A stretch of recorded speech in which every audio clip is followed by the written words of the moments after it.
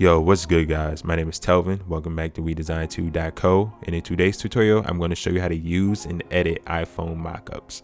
Now, the website that we use for this is called mockupworld.co, and it has some pretty cool templates from packaging, fashion, posters that you can pick from. Now, in this tutorial, we're going to go ahead and use this gold iPhone Pro mockup, and I'm going to make sure that I drop a link for you below so you can open it right up in Photoshop.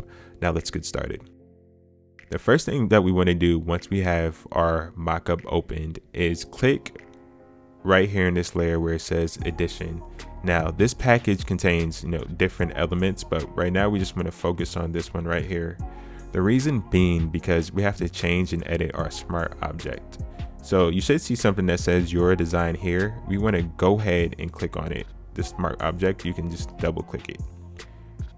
Now this is going to give us access to our main picture, but before we get started, let's go ahead and turn our watermark off where it says mockup, and we can turn these off as well. Next, we want to go ahead and load our picture.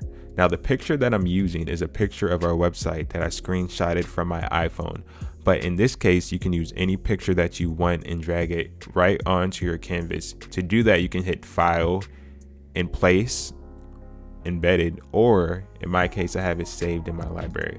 So I'm gonna go ahead and drag it onto my canvas, hit enter, and I'm going to use Command T on the keyboard for transform and make sure that the entire space is filled. If you have your layer at the top and you really don't want the status bar in your picture that shows the time and stuff like that, you can just go ahead and turn it off, which ours is, and you don't really need to focus on anything else at the bottom. Now the most important part when dealing with smart objects is you have to save it. So to do that, you want to go to File, Save, and this is going to overwrite our original smart object in our original document, which you'll see in a second.